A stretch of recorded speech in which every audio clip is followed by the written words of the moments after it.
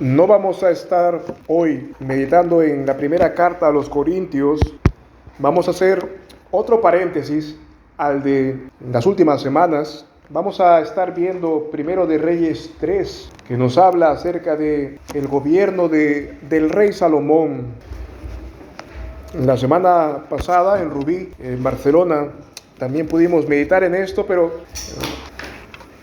hoy veremos una versión un poco más extendida. Una meditación, un estudio de la palabra de Dios que sea un poco más adecuado también a nuestro tiempo, hermanos. Ahora mismo estamos en un momento donde a nivel local, nacional y mundial también tenemos diferentes cambios. Hay hombres malos e impíos que solamente hacen lo que hacen por su vientre, y hay otros que están gobernando rectamente, que son de ejemplo a otros. Ahora mismo, a nivel local y tal vez nacional, sufrimos tal vez la inoperancia o la incompetencia o la negligencia de algunos. Pero hoy, hermanos, hoy podemos ver en nuestro texto cómo el Señor puede tomar a un rey y capacitarlo para que juzgue bien a su pueblo, para que juzgue bien a los cristianos o aún también en general a toda su creación.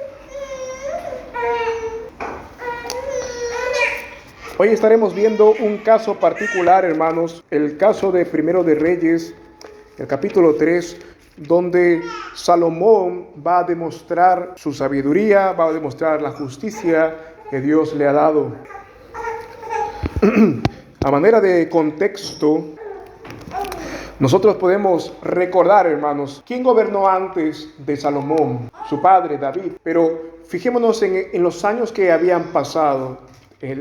Israel iba a tener ahora su tercer rey. Era el tercer periodo de la monarquía que había ahí. Primero reinó Saúl, un rey conocido por ser despiadado, caprichoso, por temer más a los hombres que a Dios, por querer preocuparse por sí mismo.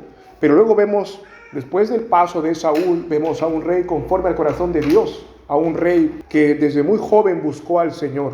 Vemos al pastor de Israel, como también se le conoce. El rey David también fue el varón de guerra, de batalla, el que salió a pelear con Israel y para Israel.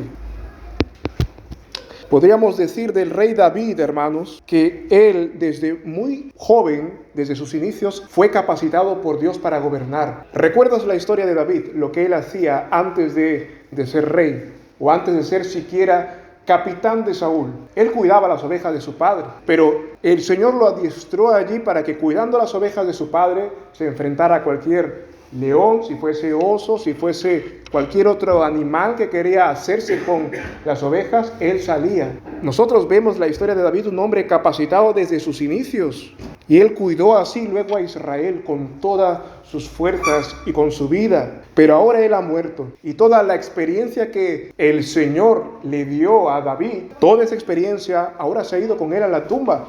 Ponte por un momento en los zapatos de este rey. Este hombre ha dejado a una nación con el mejor rey que había tenido Israel. Y ahora ha quedado el tierno Salomón, un hombre sin el bagaje ni la experiencia que tenía David. Y sabes que Salomón no era de los hijos mayores de David. ¿Sabes qué número de hijo era Salomón? Era de los más tiernos. No era ni el primogénito, ni el segundo, ni el tercero. Era el 10º. Salomón nació cuando ya David había librado sus peores batallas.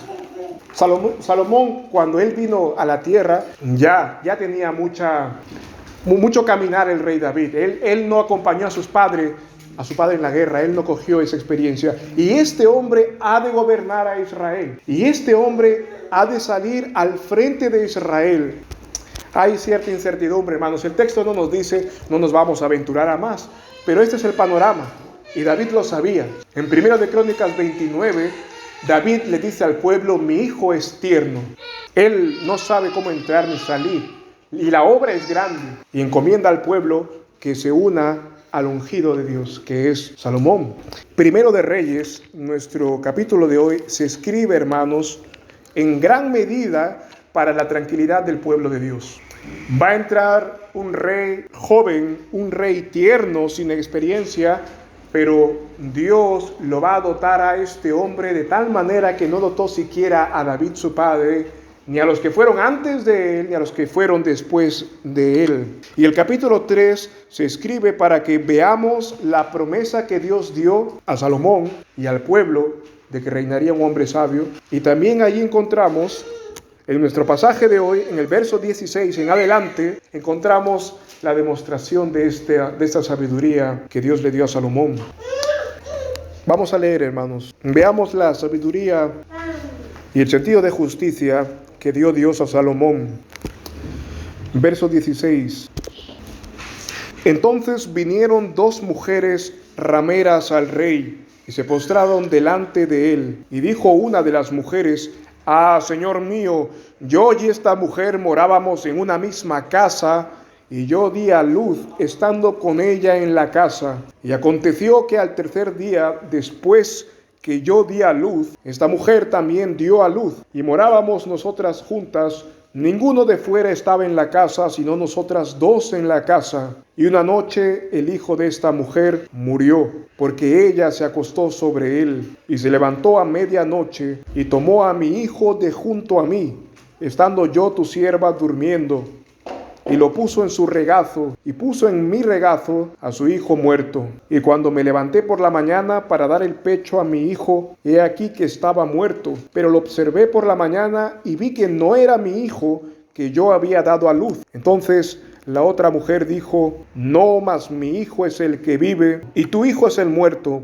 Y la otra volvió a decir: No, mas tu hijo es el muerto, y mi hijo es el que vive. Así hablaban delante del rey. El rey entonces dijo: Esta dice: Este es mi hijo, el que vive, y tu hijo es el muerto. Y la otra dice: No, mas tu hijo es el muerto, y mi hijo es el que vive. Y dijo el rey: Traedme una espada. Y trajeron al rey una espada. Y el rey dijo: Partid en dos al niño vivo, y dad la mitad a la una, y la otra mitad a la otra.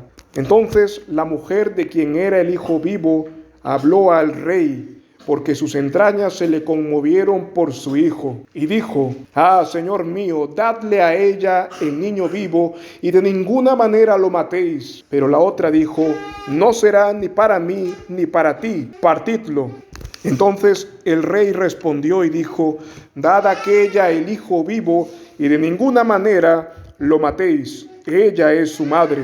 Y todo Israel oyó aquel juicio que había dado el rey, y temieron al rey, porque vieron que había en él sabiduría de Dios para juzgar. Amén.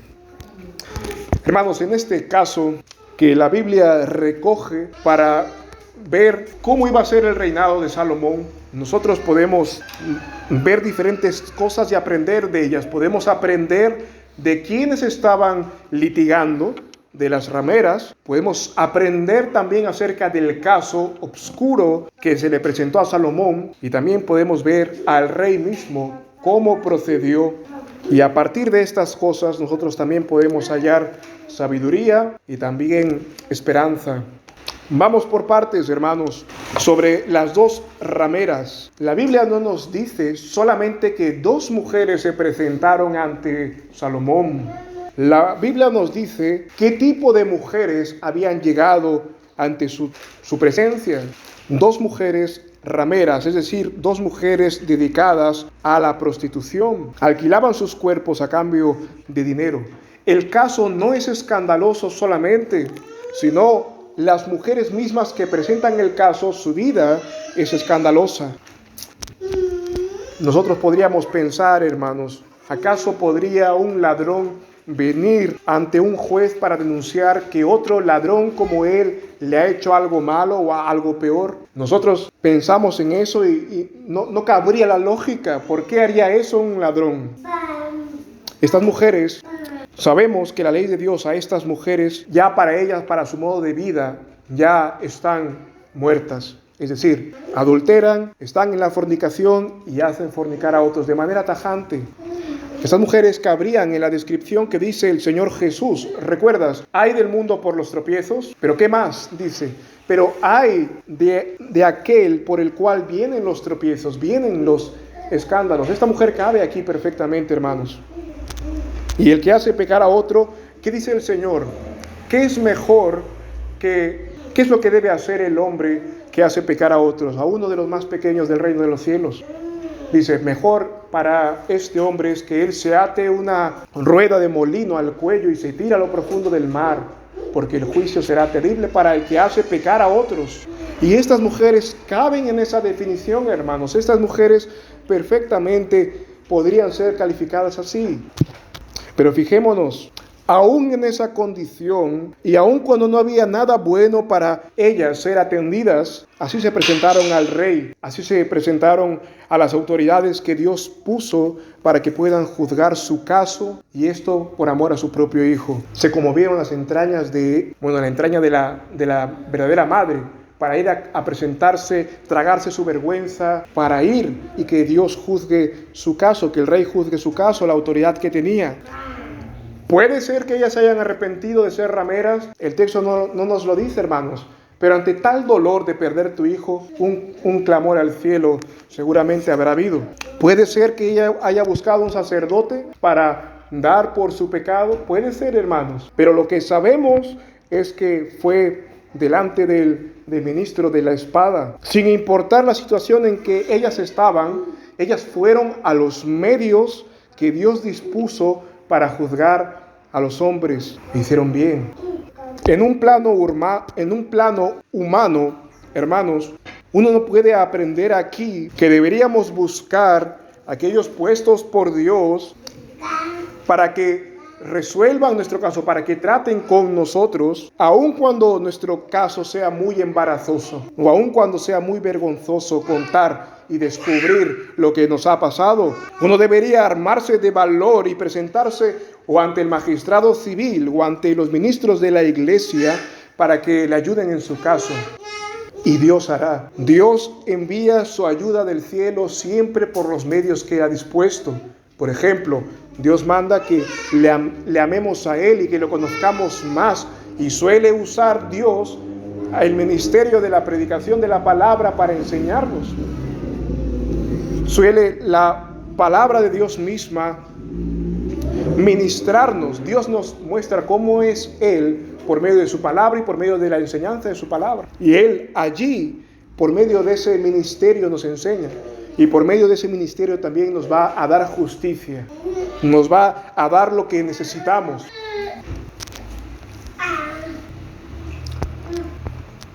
Aunque la vida de estas mujeres fue incorrecta, su proceder fue correcto, hermanos. Su proceder lo fue.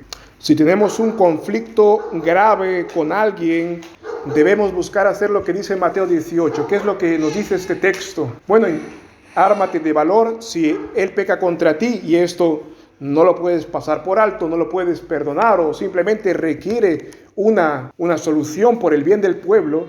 Entonces ve, sé hidalgo, sé valiente, habla con aquel que te ofende y resuélvelo con él. Y si no, ve con 2 o 3 testigos. Y si no, dilo a la iglesia, ve al magistrado, ve al ministro. Y en este caso es lo mismo, hermanos. A ver, uno puede aprender de aquí la manera de resolver las cosas. No somos tribales y deberíamos aprender de este caso, no buscar vengarnos por nosotros mismos, sino ir a los medios que Dios ha puesto y confiar que si Él ha puesto un ministerio de la espada, el Señor va a obrar. Esa espada no va a gobernar sola. Nuestra mirada debe estar en que si Dios ha puesto ese medio, de alguna manera, por ese medio también nos ayudará el Señor.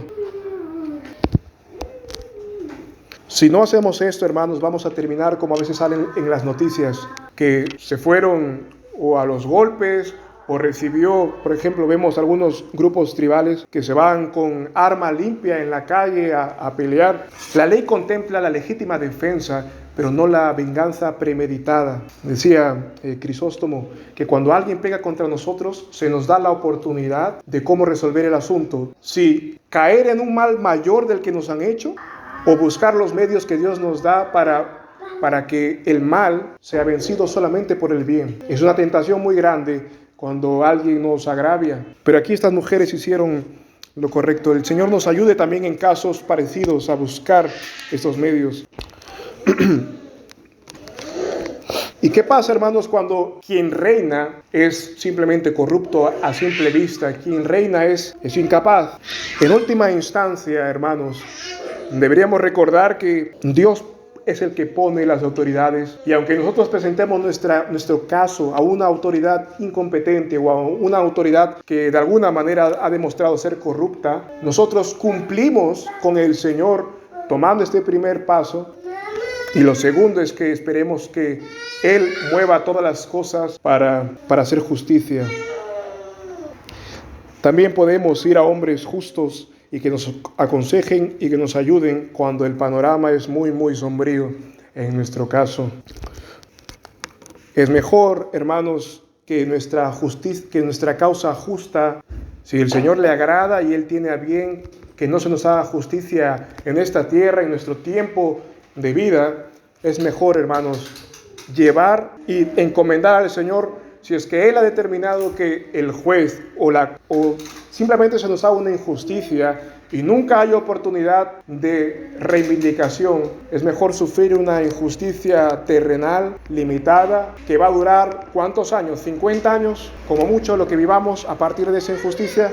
Es mejor que el Señor, si a Él ha placido dejarnos con esa injusticia y darnos una reivindicación eterna, será un motivo para nosotros mirar más allá. Y todas las cosas que hayamos podido vivir o sufrir de un caso así, que en la gloria se nos recompense y en la gloria se nos reivindique eternamente. Ahora, sobre el caso en cuestión, hermanos, sobre este caso oscuro, fijémonos, es complejo. ¿Por qué? Porque no hay pruebas. Y de hecho, no solamente no hay pruebas, no hay testigos, pero tampoco la persona que sufrió el daño, ni siquiera ella misma se acuerda. Ni siquiera ella misma puede atestiguar que lo hizo así. Es decir, ella dice, yo mientras dormía, fue la otra mujer la que tomó a mi hijo y se lo llevó. Pero ¿cómo puedes dar tu crédito cuando estás dormido? Se parece esto a la queja de los alguaciles, la defensa de los alguaciles. Se llevaron el cuerpo mientras dormíamos, el cuerpo del Señor. Pero cuando hay un caso donde no hay testigos, hermanos, enteramente al Señor le ha placido obscurecer el caso, de tal manera que el juez que lo resuelva llevará una mayor honra, un mayor respeto, nos dice la palabra de Dios. Si tú lees en Proverbios 25, el versículo 2, nos dice claramente que gloria de Dios es encubrir el asunto, pero honra de los reyes es escudriñarlo. Gloria de Dios es encubrir el asunto, pero honra de los reyes es escudriñarlo, es descubrirlo, es sacarlo a la luz, resolverlo.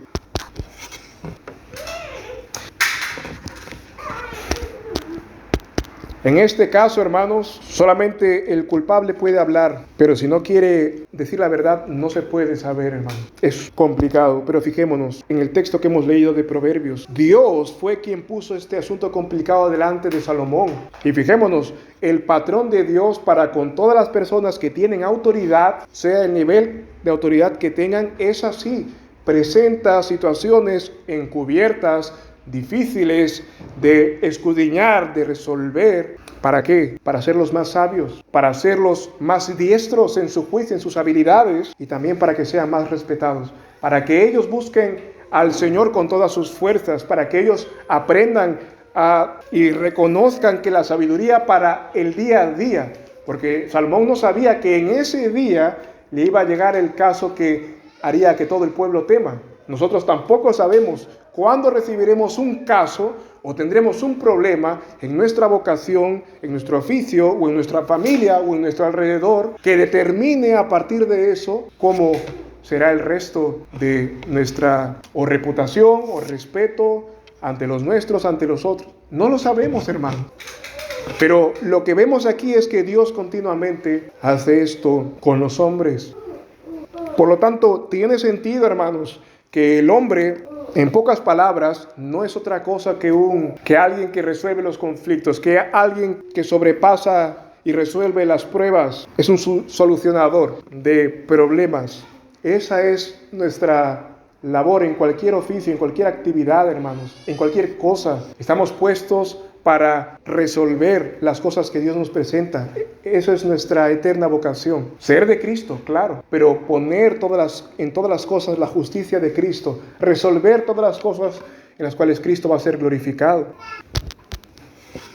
Dios se complace en poner esas situaciones para que nosotros aprendamos a ser dependientes de Él. Nosotros no debemos esperar, hermanos, que haya un solo momento en nuestras vidas sin problemas, sobre todo si eres hombre. No debes esperarlo. No podríamos, como el mundo, o a veces cuando el cristiano se aparta del Señor, o cuando el cristiano se aflige de sobremanera por los problemas, hermanos, la visión correcta bajo este texto es que nosotros debemos aprovechar cada ocasión difícil y darnos por bienaventurados, dice Santiago 1. Bienaventurados, tened por sumo gozo cuando os halléis en diversas pruebas, y tenga la paciencia vuestra su obra perfecta. ¿Qué quiere decir? Que al hombre que es probado, al hombre que se le presenta una dificultad, será perfeccionado, teniendo paciencia, pero aunque esa paciencia tendrá su obra completa, perseverar en ello. No deberíamos anhelar no tener cuestiones difíciles que resolver, y alguien con autoridad menos. Tienes autoridad, sea como tu autogobernarte, sea como cabeza de tu casa, de tu esposa, o si tienes hijos, de todo tu hogar, o si tienes pues una hacienda, como se dice, una casa de todos los que dependen de ti, o si tienes, en el caso de un rey o un alcalde o un presidente de toda tu nación, estás puesto para que los problemas sean dados a ti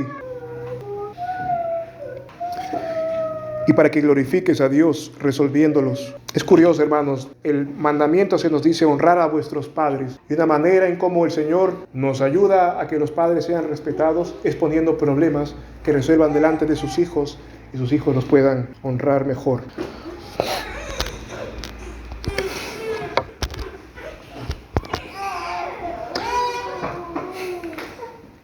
Ahora fijémonos en el rey, además de fijarnos en el caso, hermanos.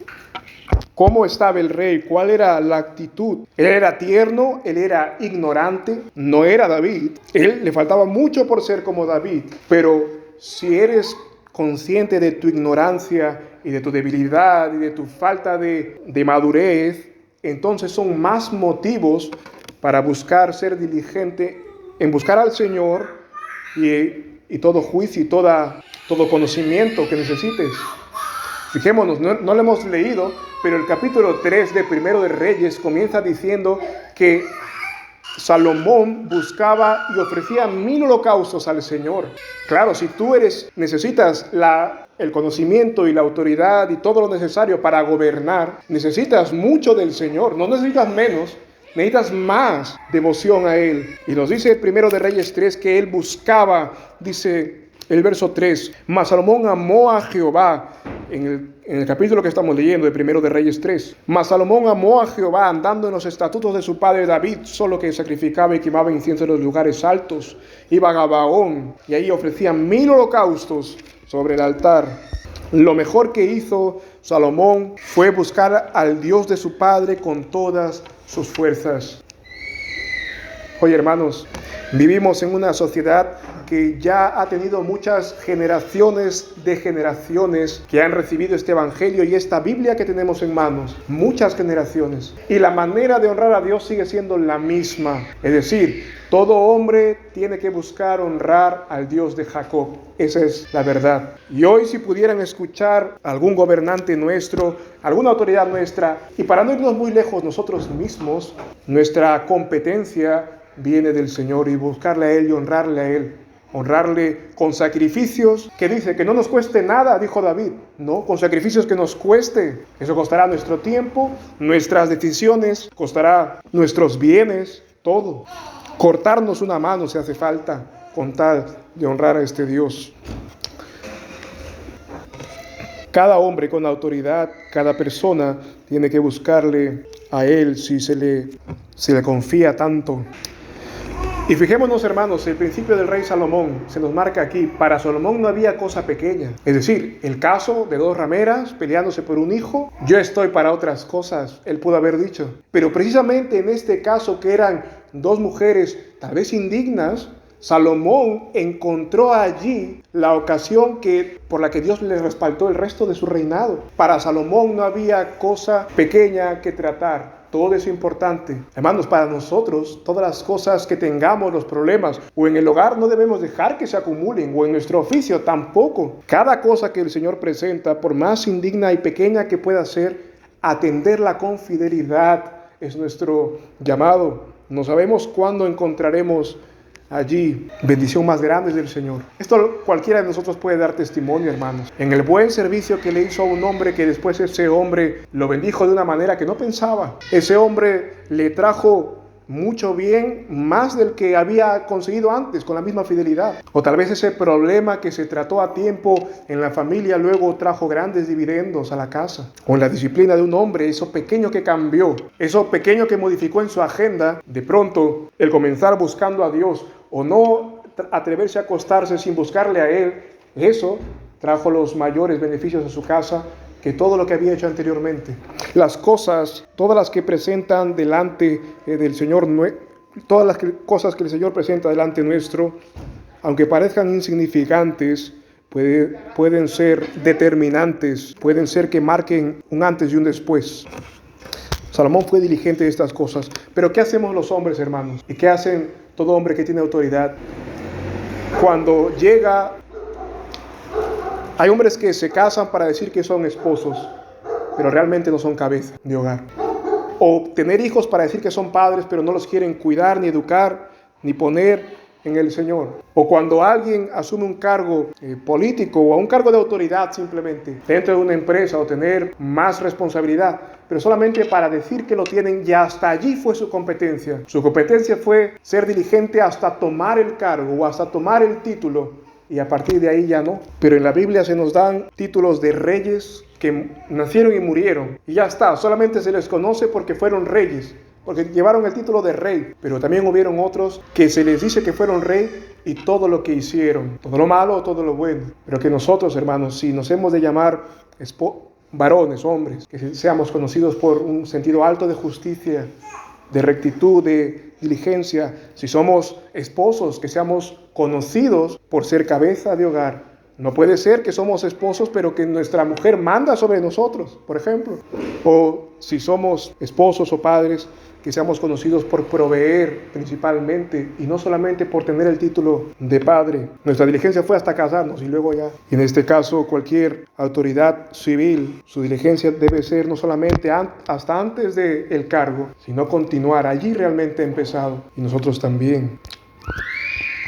Salomón no delegó este asunto pequeño, lo asumió él. Nosotros, hermanos, también hay cosas que en la medida en que tengamos, delegamos a otros, o a nuestras mujeres, o a trabajadores, o a cualquier tipo de esfera de autoridad que podamos delegar algo. Pero asegurémonos de no delegar todo. Si acabamos delegando todo, también delegaremos nuestra responsabilidad, nuestro cargo, las cosas que Dios nos ha dado para poder ser diligentes.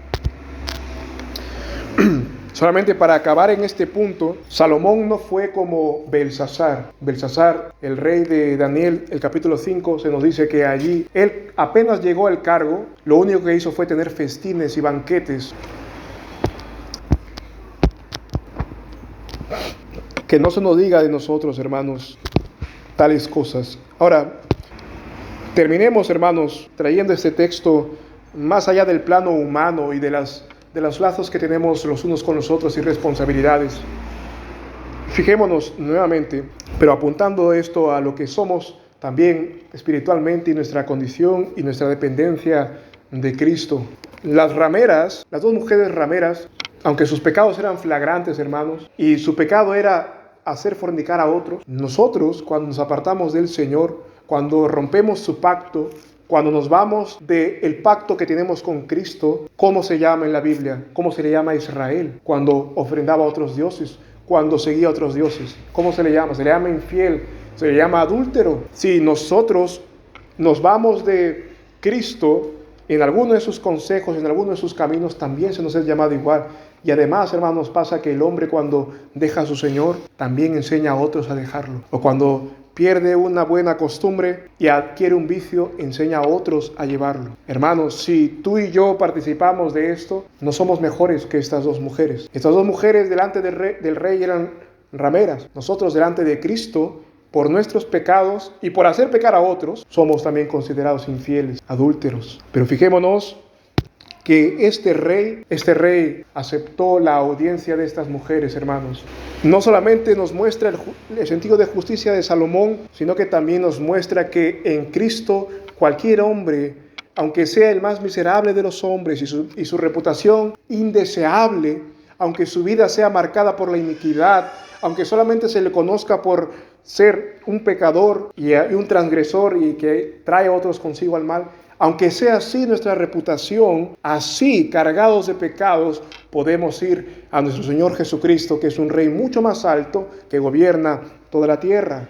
Y nuestro Señor Jesucristo nos aceptará esa audiencia, aceptará que nos acerquemos a Él. Hermanos, aquí al ver que Salomón se inclina a estas dos mujeres indignas, nosotros podemos tener confianza en que aunque nuestro estado sea muy deplorable, en Él podemos ser atendidos, podemos acercarnos a Él y ante Él, aún sin decir palabra, Él ya va a saber todo. No hace falta que nosotros preparemos una defensa demasiado elaborada de lo que hemos hecho, de lo que hemos vivido para estar ante Cristo. Él ya lo conoce todo. Salomón tenía herramientas para sacar la verdad, pero a diferencia de Salomón, nuestro Señor Jesucristo ya la sabe. Y no solamente sabe lo que vamos a decir, sino que Él sabe el caso completo. Él sabe las cosas cómo pasaron y nuestra medida de culpabilidad si estamos en un juicio. Él sabe todo y Él nos llama a venir ante Él y que Él, si somos culpables, Él perdone y quite nuestra culpa y Él nos diga cómo hemos de resarcir el daño,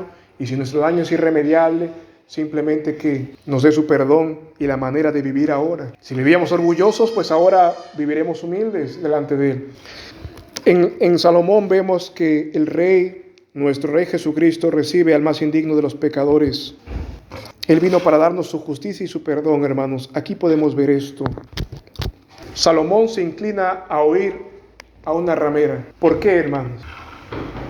Vamos a aventurarnos un poco en por qué razón oyó a unas mujeres rameras. Salomón, ¿de dónde proviene? ¿Quiénes estaban en la línea de sus antepasados? Una ramera también. Es más, podríamos contar dos, si Tamar se cuenta como ramera. Pero Salomón descendía de Rahab, la ramera que cuidó a los 2 espías para que el pueblo de Dios venza a Jericó, venza. Salomón pudo haber pensado entre sí, pudo haber recordado que tenía una ramera en su pasado. ¿Y qué se nos dice a nosotros en Hebreos acerca del Señor Jesucristo? Que Él, porque Él tomó nuestra naturaleza humana, porque Él sabe cómo es ser tentado en la carne, por esa razón también es un motivo más para que Él condescienda con nosotros. Él nos entiende porque Él también se encarnó. Él se compadece de nosotros en nuestras tentaciones porque Él sabe lo que es ser tentado. Solamente tenemos motivo tras motivo de acercarnos a Cristo, aunque seamos indignos.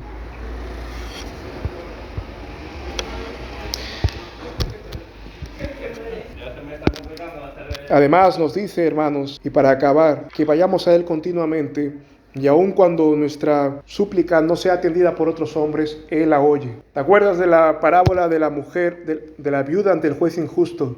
Ella tiene un caso, ella no lo va a dejar. Para ella es necesario que se le reponga lo que le ha sido quitado. Y hace bien presentarse continuamente ante el juez. Pero la parábola está hecha para que nosotros, de la misma manera que tenemos que presentar nuestro caso o simplemente vivir, tenemos que continuamente presentarnos ante el Señor, y Él, a diferencia del juez injusto, nos escucha continuamente. Hermanos, nosotros llegamos al Señor muchas veces con palabras torpes, no sabemos ni qué pedir a veces, pero el Señor no solamente es un Rey que escucha, sino que envía su Espíritu Santo para que interceda por nosotros, y con los gemidos indecibles que tenemos, que no sabemos ni qué nos hace bien, Él lo sabe. Y presentándonos ante el Rey somos atendidos y recibimos aquello que ni siquiera pensábamos que necesitamos. Hermanos, que al ver a nuestro Señor Jesucristo, más allá de todo rey humano, y aunque respetemos a todo rey y a toda autoridad que ha sido puesta,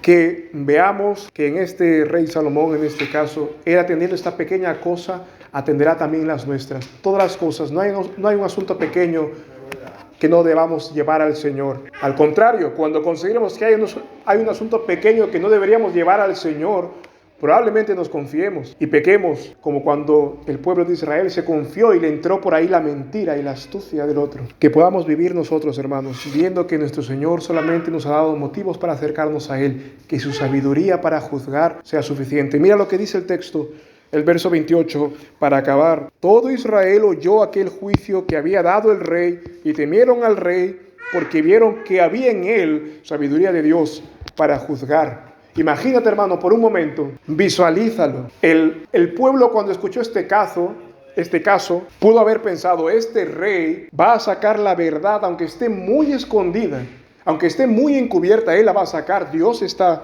con él. Me vale más confesar, más me vale ser sincero, admitir y humillarme, porque este rey me va a avergonzar. Este rey tiene a Dios a su diestra y discierne los corazones. ¿Quién se atrevería a hacer lo malo ante este rey? Es mejor temer. Es mejor andar en rectitud.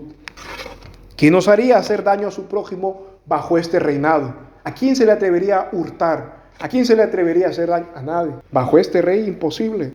Y de la misma manera y con la misma confianza, podría pensar alguien, este rey es justo, incorruptible, en él puedo verdaderamente ser justo yo también, buscar agradarle y buscar cumplir la ley. Me escuchará, él lo verá. Si alguien me pone la trampa, si alguien me hace algo contra mí, yo puedo confiar que este rey, si yo llevo a él mi caso, él lo resolverá a mi favor. No habrá ningún experto engañador que pueda confundir a este rey. Nosotros de la misma manera, hermanos, podemos hacerlo con Cristo. Como dice aquí, que temamos, hermanos, porque sobre todas las autoridades gobierna este rey, y este rey también podrá defendernos en el día de la angustia. Vamos a orar.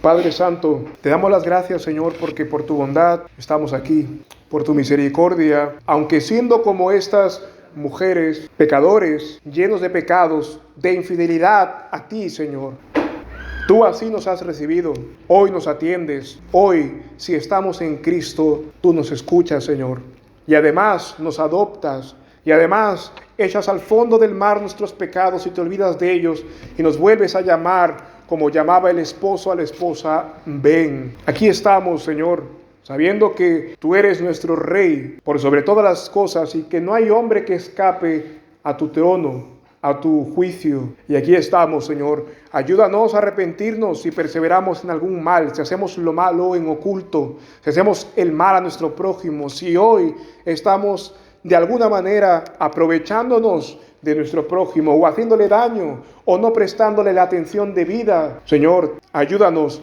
a entrar en sí, en cordura y dejar el mal. Y si estamos tal vez, Señor, sufriendo la maldad de otros, el abuso de otros, la confianza que otros se han atribuido sobre nosotros o cualquier otra cosa, Señor, o tal vez tenemos una causa injusta de la cual estamos detrás de ella, pero no se nos hace justicia, pero no se nos devuelve. Señor, tú lo has visto todo y tú sabes cómo han sido las cosas. Sabes nuestro grado de culpabilidad, pero también sabes lo que se nos ha hecho. Si ese es el caso, Señor, te pedimos que puedas llevar nuestros ojos del tribunal humano a tu tribunal para que podamos vivir confiados y podamos poner en ti, en el Dios de la venganza, en el Dios del juicio, de la justicia, toda nuestra esperanza. Y tu palabra dice que no serán avergonzados todos los que en ti confían. Ayúdanos, Señor, sea cual sea nuestro caso, pero sobre todas las cosas permítenos vivir en Cristo y saber que nuestra deuda ha sido pagada y que mientras estemos aquí hemos de vivir para seguir expandiendo, Señor, tu reino. En el nombre de Jesús nos encomendamos. Amén. Amén.